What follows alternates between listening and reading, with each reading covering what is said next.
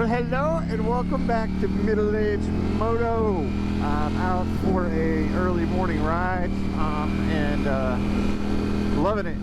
64 degrees. It's been very, very hot here up in the 90s. We had a really bad heat wave. You know, thanks for watching my last video. Threw on some bits and bobs on the bike. Easy upgrades. I really didn't, you know, didn't really need to do a video on the process, but I figured I would do it. It's a little update, just kind of a chat like I normally do to elaborate. 2 weeks ago, geared up, took my bike, moved it around. I always walk it down to the end of my driveway and get geared up, go out there, and as I was walking out I noticed a shiny thing in the wheel. Walked up and there was a piece of wire or a nail or something stuck in my tire. The tire was not flat. I'm very cautious when it comes to my motorcycles. You know, I've got several buddies that were like, you know, I've patched a million motorcycles and never had a problem. I don't mess with that. It's not that I'm rich or anything like that, because, you know, tires on this bike are far from cheap. But the tire was getting low and I was pretty impressed. I was concerned that the tire wouldn't last very long. I got just shy of 2,900 miles on it, which my original monster tire, I got 2,300 miles on it, and it wore out. Then I switched to the Road 5s and I got really good lifespan on those. But I did go with the Diablo Rosso Corsa 2s, which came on the bike. Unfortunately, you know, with this bike, if you want to keep it stock, it's a 200 by 60 instead of the 55, which is pretty common, 17. And as far as I know, Pirelli is the only one that makes a tire.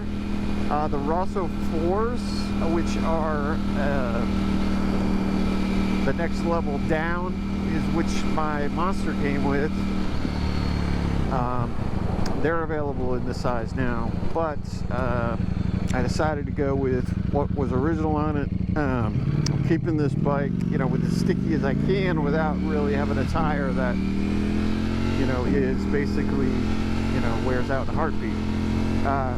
I could have gotten more time out of that tire. Probably broke 3,000 miles. It was getting close to the wear bars, or pretty much at the wear bars, I guess, but I could have ridden a little bit more, especially the, you know, way I ride. A lot of these roads, they're curvy, but, you know, you're not really doing a whole lot of real leaning, so you tend to ride, you know, on the center of the tire, plus of my weight. I'm scuffing the tire in now. The thing, you know, I expected the tire to be expensive.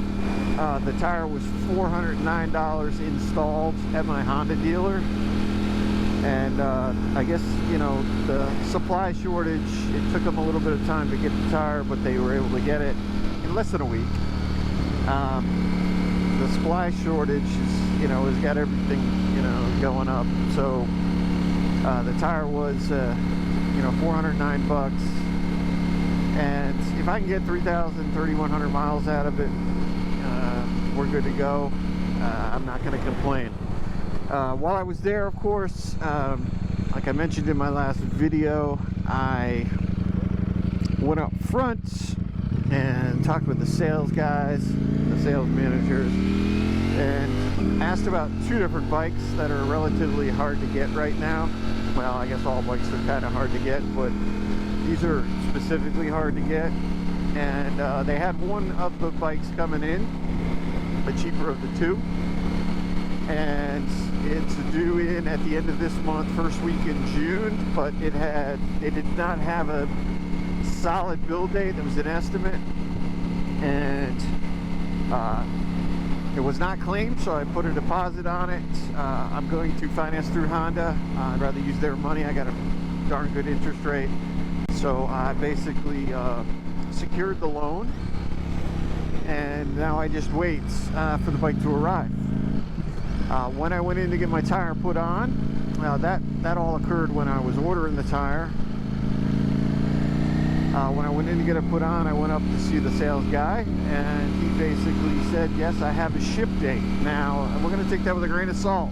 You know, there's all kinds of, you know, variables there, but it's shipping on the 19th. So, you know, I believe it's coming from Japan, but I'm not sure. So, ship date is the 19th. So, right now, fingers crossed, it is on track for the end of the month, first week in June. I'm kind of excited. That's another reason why I went with the more expensive. The Russell 4s are cheaper. I went with a more expensive tire because I plan on taking some trips on that bike. So, you know, little day trips. There's a lot of really cool things around Alabama. I'm not concerned about roads. It gets good gas mileage. Now it only has, you know, a small tank, but it gets pretty good gas mileage, better gas mileage than this. Well, anything does.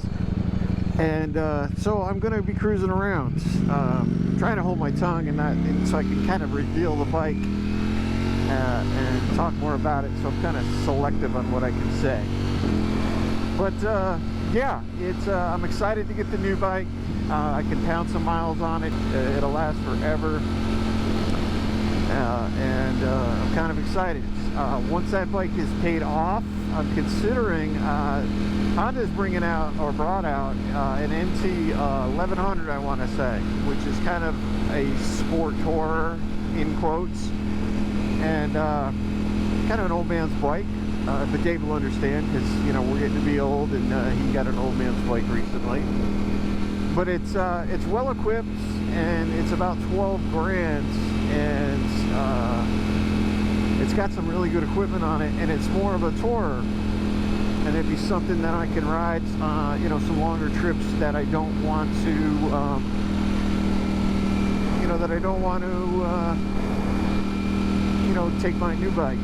You know, if I'm not going to be hitting any road, you know, unpaved roads. This new bike is able to go on unpaved roads and stuff like that.